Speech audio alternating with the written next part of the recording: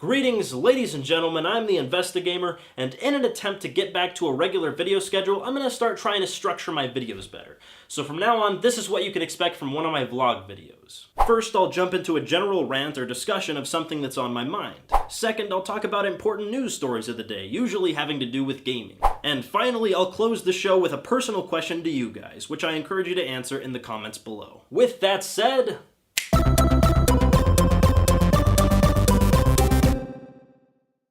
sometimes I hate driving. Oh wait, that's always. Fuck drivers, man.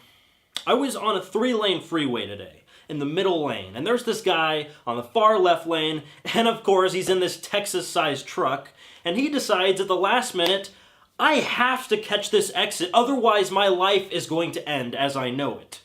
So he, all the way left, decides to cut across 3 lanes of traffic, me being in the middle, so that he can catch this exit that he already passed up. That means he had to drive across 3 lanes of traffic and go the opposite way on a one-way road just to cut around to the exit he already fucking missed. And what stood out to me the most, apart from almost dying, was this 2-foot-long bumper sticker taking up most of the real estate on the back of his 37.5-ton truck that said in big letters, "Don't drink and drive."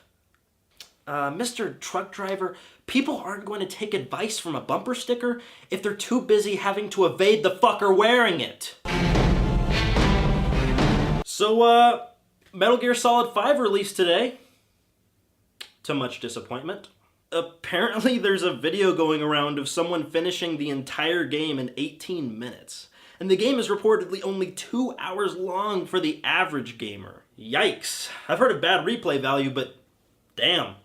Apparently it's still pretty lovingly crafted and it's getting a lot of decent reviews, so at a respectable price of only $30, maybe I'll get it and do a review of it once I'm done with my Silent Hill series anyway. In other news, not so gaming related, a child was told he can't bring his My Little Pony backpack to school because it supposedly incites bullying.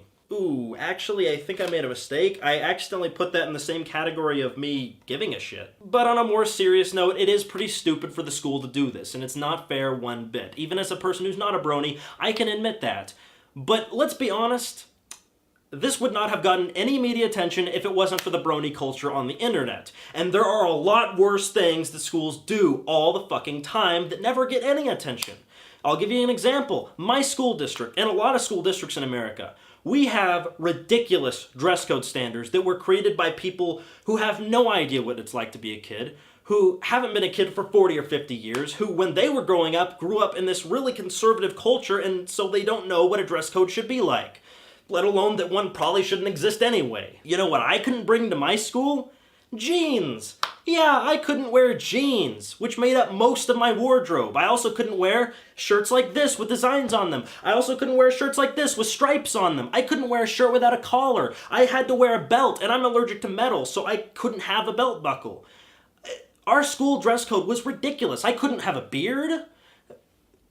No piercings, nothing. It's absurd. There are schools all around the country like this, and we're getting offended over a backpack?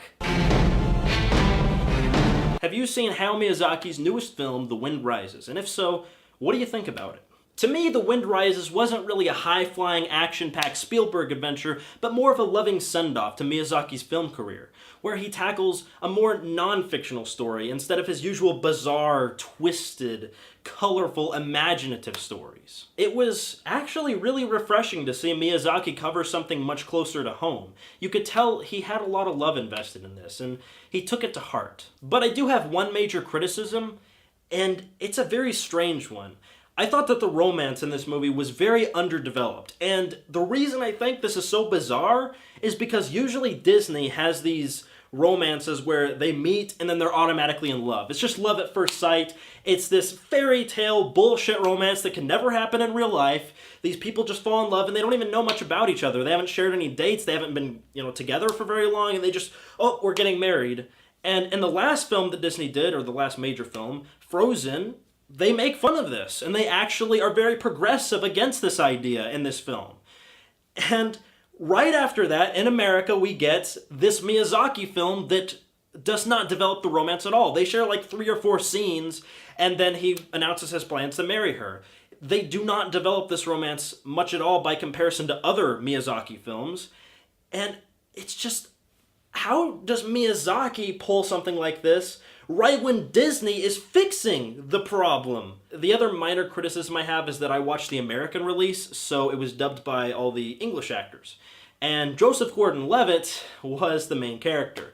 And I love Joseph Gordon-Levitt's acting. I think he's, one of the best rising actors in Hollywood, but his delivery of this character, I know the character was probably written this way, but it was very dry at times. And sometimes it was just like, show a little more emotion than that. I mean, come on, he's not a robot, But other than those 2 criticisms, this was a superb film, and it's definitely a great cherry on top of Miyazaki's film career. I encourage you to leave your opinion down below. Well, I gotta get back to my Silent Hill series now, so I'll catch you later.